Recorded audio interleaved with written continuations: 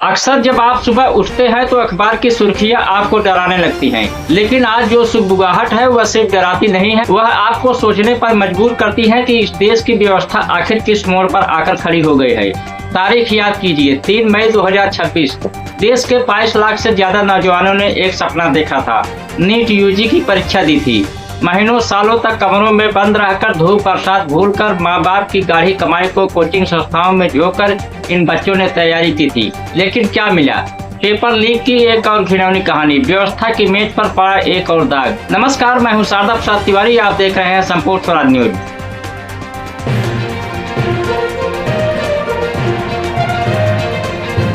अब सरकार कह रही है कि हम 21 जून 2026 को दोबारा परीक्षा कराएंगे, साफ सुथरी परीक्षा कराएंगे। लेकिन इस परीक्षा को कराने का तरीका क्या है? तरीका यह है कि सरकार अब अपनी ही पुलिस, अपनी ही नौकरशाही, अपनी ही बनाई नेशनल टेस्टिंग एजेंसी पर भरोसा नहीं रहा। अखबारों में छप रहा है कि अब देश के भीतर परीक्षा कराने के लिए प्रश्न पत्रों को सुरक्षित रखने के लिए भारतीय सेना और वायुसेना की मदद ली जाएगी। वायुसेना के विमानों से पर्चे भेजे जाएंगे। क्या हम युद्ध के मैदान में हैं? क्या देश के 22 लाख छात्र अब देश के नागरिक न होकर किसी मोर्चे पर खड़े सिपाही हैं, जिनके इम्तिहान के लिए रक्षा मंत्रालय और शिक्षा मंत्रालय को एक साथ बैठना पड़ रहा है? यह भारत के इतिहास में पहली बार होगा जब किसी राष्ट्रीय प्रवेश परीक्षा के आयोजन में सीधे देश की सेनाओं को शामिल किया जा रहा है। प्रश्न पत्रों को प्रिंटिंग प्रेस से सीधे परीक्षा केंद्रों और संवेदनशील इलाकों तक सुरक्षित पहुंचाने के लिए भारतीय वायुसेना के विमानों और सुरक्षित रूट का उपयोग किया जा सकता है। रक्षा मंत्री राजनाथ सिंह और शिक्षा मंत्री धर्मेंद्र प्रधान के बीच हुई उच्च स्तरीय बैठक के अनुसार सेना मुख्य रूप से लॉजिस्टिक और आपातकालीन सुरक्षा व्यवस्था का जिम्मा संभालेगी। जून के महीने में देश के कई हिस्सों में खराब मौसम या बाढ़ जैसी स्थिति से निपटने के लिए भी सेना के परिवहन तंत्र की मदद ली जाएगी। इस बार पूरी परीक्षा प्रक्रिया की निगरानी सीधे प्रधानमंत्री कार्यालय द्वारा की जा रही है, ताकि किसी भी स्तर पर चूक न हो।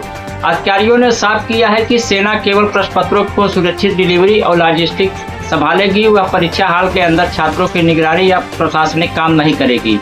यह कदम छात्रों और अभिभावकों का भरोसा फिर से जीतने के लिए सरकार द्वारा उठाया जा रहा एक बेहद सख्त और अंतिम प्रयास है।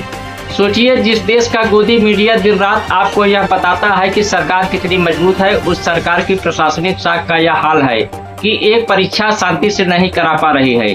जब किसी राज्य या देश में नागरिक प्रशासन पूरी तरह घुटने टेक देता है, तभी सेना को याद किया जाता है। बाढ़ आए तो सेना, दंगे हो तो सेना, और अब नौजवानों की परीक्षा करानी है तो भी सेना। यह कदम सेना की ताकत को नहीं दिखाता, यह कदम इस देश के नागरिक प्रशासन, इस देश के गृह मंत्रालयों और पुलिस तंत्र के खोखलेपन को दिखाता है। यह बताता है कि पेपर लीक कराने वाले माफिया इस देश में सिस्टम से कई गुना ज्यादा ताकतवर आधुनिक हो चुके हैं। वे इतने ताकतवर हैं कि सरकार को उनसे अपने पर्चे बचाने के लिए वायुसेना के लड़ाकू विमानों और सेना के बख्तरबंद ट्रकों की जरूरत महसूस होने लगी है। क्या यह सरकार की साख पर सबसे बड़ा सवालिया निशान नहीं है?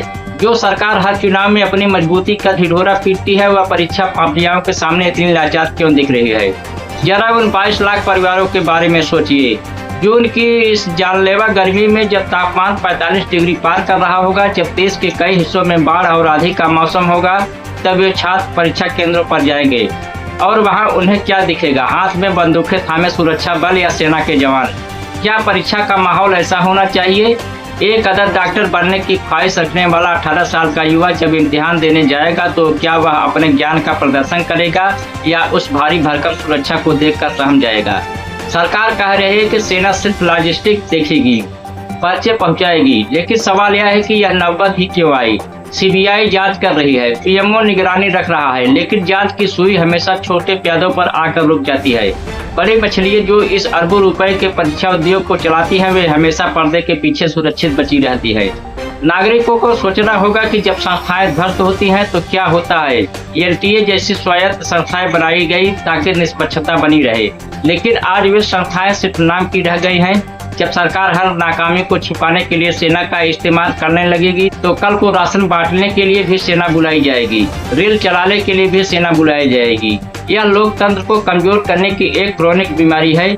आप अपनी पुलिस को राजनीति करने में लगा देते हैं, विपक्ष को डराने में लगा देते हैं, और जब असल काम यानी कानून व्यवस्था बनाए रखने की और परीक्षा पारदर्शी कराने का वक्त आता है तो आपकी पुलिस और आपका प्रशासन फेल हो जाता है। अंतिम सवाल, 21 जून को परीक्षा हो जाएगी, शायद सेना के साए में यह परीक्षा सफल भी हो जाए। सरकार अपनी पीठ भी थपथपा लेगी कि देखिए हमने कितनी मुस्तैदी से एग्जाम करा लिया। लेकिन देश के युवाओं को सोचना होगा, क्या आप हर बार अपनी परीक्षाओं को किसी सैन्य ऑपरेशन की तरह होते देखना चाहते हैं? क्या एक सामान्य, पारदर्शी और सुरक्षित परीक्षा कराना इस महाशक्ति बनते देश के लिए इतना बड़ा काम हो गया है कि बिना सेना के यह मुमकिन ही नहीं? साथियों, 21 जून 2026 को परीक्षा हो जाएगी। हो सकता है कि सेना और वायुसेना के कड़े पहरे में परीक्षा बिना किसी लीक के बिल्कुल शांति से निपट भी जाए।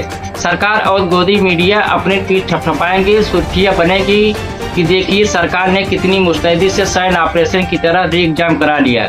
लेकिन इस तथाकथित सफलता के पीछे छिपे उस कड़वे सच को मत भूलिएगा जो इस देश के नागरिक प्रशासन के घुटने टेकने की कहानी कह रहा है। आज एक परीक्षा के लिए सेना बुलानी पड़ रही है, कल को राशन बांटने के बुलाई जाएगी, परसों यूनिवर्सिटी चलाने के लिए बुलाई जाएगी।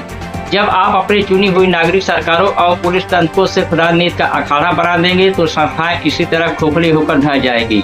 सवाल केवल एक परीक्षा का नहीं है, सवाल इस देश के 22 लाख नौजवान और उनके माँ बाप के उस भरोसे का है जो इस सिस्टम से उठ चुका है। क्या आप हर बार अपने बच्चों के भविष्य को किसी सैन्य छावनी के साये में देखना चाहते हैं? क्या एक पारदर्शी इम्तिहान कराना इस देश की सरकार के बस की बात नहीं रही?